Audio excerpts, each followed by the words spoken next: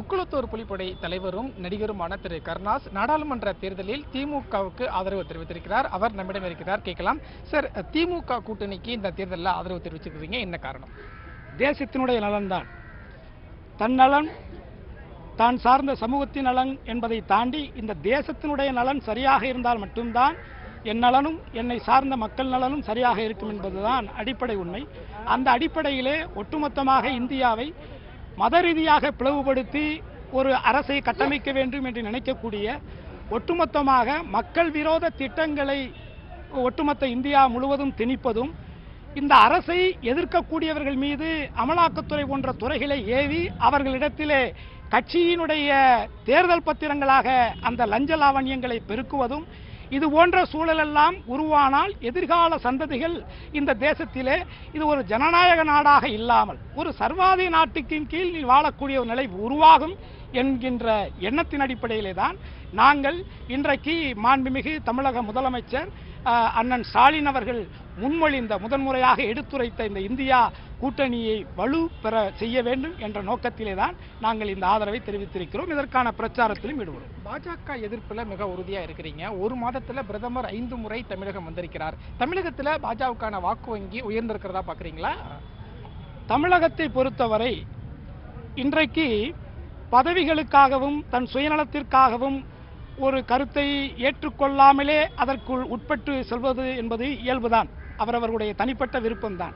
ஆனால் ஒரு நாட்டினுடைய பிரதமராக இந்த தமிழகம் ஒரு வெள்ளப்பெருக்காடாக இருந்த காலகட்டத்திலும் சரி, தூத்துக்குடி போன்ற கிராமங்களெல்லாம் ஒரு கடலை போல் காட்சியளித்த அந்த தருணத்திலும் சரி, ஒட்டுமொத்தமாக சொல்லப்பட வேண்டும் என்று சொன்னால் தமிழர்களுக்கான இன்னல்கள் காலகட்டங்களில் வராத இந்த நாட்டினுடைய பிரதமர் தேர்தலுக்காக வருகிறார் என்பது அனைவருக்கும் தெரிகிறது. அப்படி வரக்கூடிய நேரங்களில் பள்ளி குழந்தைகளையும் கல்லூரி மாணவர்களையும் களத்திலே கட்டிறக்குவது என்பது இருந்தே தெரிகிறது அவருக்கு மக்கள் செல்வாக்கு இங்கு இல்லை என்பது. ஆக மக்கள் செல்வாக்கு இல்லாத ஒரு தலைவர் எத்தனை முறை இந்த மண்ணிற்கு வந்தாலும் நிச்சயமாக அவர் வரவேற்கப்பட மாட்டார். அவர்கள் நிச்சயமாக இந்த தமிழகத்திலே காலூன்ற முடியாது என்பது என்னுடைய கருத்து. திரு டிடிவி தினகரன் மற்றும் ஓபிஎஸ் வந்து பாஜக கூட்டணிக்கு போயிருக்கிறாங்க. நேற்று டிடிவி தினகரன் சேவை சந்திக்கும் போது ஒரு சீட் எதிர்பார்த்தேன், ஆனால் 2 சீட் எனக்கு கிடைச்சிருக்கலாம் சொல்றாரு. இந்த அரசியல் மாற்றத்தை எப்படி பார்க்குறீங்க?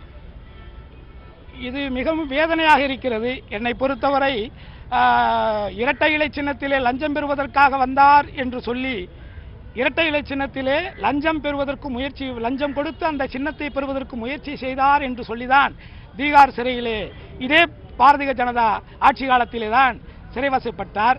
அன்றைய தருணத்தில் அவரை சந்தித்தவர்கள் நான் ஒருவன். எந்த ஒரு கட்சி தலைவர்கள் அவரை சந்தித்திருப்பார் என்பது எனக்கு தெரியாது. ஆனால் நான் சென்று சந்தித்தேன். நான் ஒரு சமுதாயவாதியாக இருக்கின்ற காரணத்தினால் அவரையும் சந்தித்தேன். அன்றைய காலகட்டத்தில் சின்னம்மா அவர்கள் அக்ரஹாரம் சிறையில் இருந்த, பெங்களூரில் இருந்த தருணத்திலும் நான் சென்று சந்தித்தேன். ஆக அப்படிப்பட்ட இவர், அந்த கட்சியால் வஞ்சிக்கப்பட்ட இவர், சின்னம்மா அவர்கள் 4 ஆண்டுகள் சிறைச்சாலையில் இருப்பதற்காக முன்னெடுப்புகளை எடுத்த இந்த அரசு, இந்த பிஜேபி அரசின் இடத்திலேயே இன்றைக்கு அவர் இப்படி ஒரு சீட்டை எதிர்பார்த்து சென்றேன் என்று சொல்வது என்பது எங்களை போன்றவர்களுக்கு மிக மிக வருத்தத்தையும் கவலையும் தெரிவிக்கும். திருமதி சசிகலா இந்த நாடாளுமன்ற தேர்தலில் ஆக்டிவ் பொலிட்டிக்கல்ல இல்ல அப்படின்னு அவருடைய ஆதரவாளர்கள்லாம் வந்து வேதனைப்படுறாங்க. நீங்க என்ன நினைக்கிறீங்க? என்னப்பா, திருமதி சசிகலா இந்த நாடாளுமன்ற தேர்தலில் ஒரு ஆக்டிவான பாலிடிக்ஸ்க்கு வரல அப்படின்னு அவருடைய ஆதரவாளர்கள்லாம் வந்து அங்கங்க போஸ்ட் ஒட்டி பார்த்திருக்கோம். உங்களுடைய நிலைப்பாடு என்னவா இருக்கு?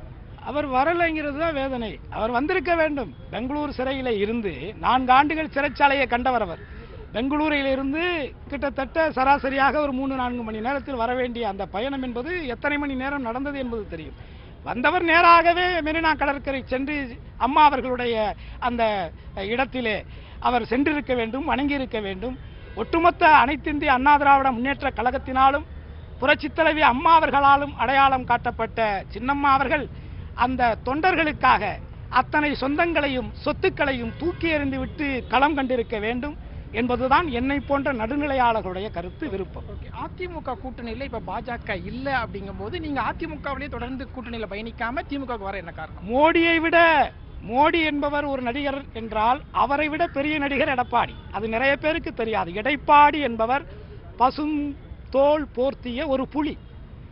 தன்னுடைய காரியம் நடக்க வேண்டும் என்று சொன்னால் அதற்கு ஒன்றை பேசுவார், காரியம் முடிந்துவிட்டால் அதற்கொன்றை பதிலாக சொல்லுவார். அவர் ஒரு சிறந்த வியாபாரி. என்னால் அவரை பற்றி நிறைய பேச வேண்டி இருக்கிறது. இது தனித்துவமாக தனியா தன்னுடைய பர்சனலை பற்றி பேசக்கூடிய ஒரு நிலை என்பது நாகரிகம் அல்ல.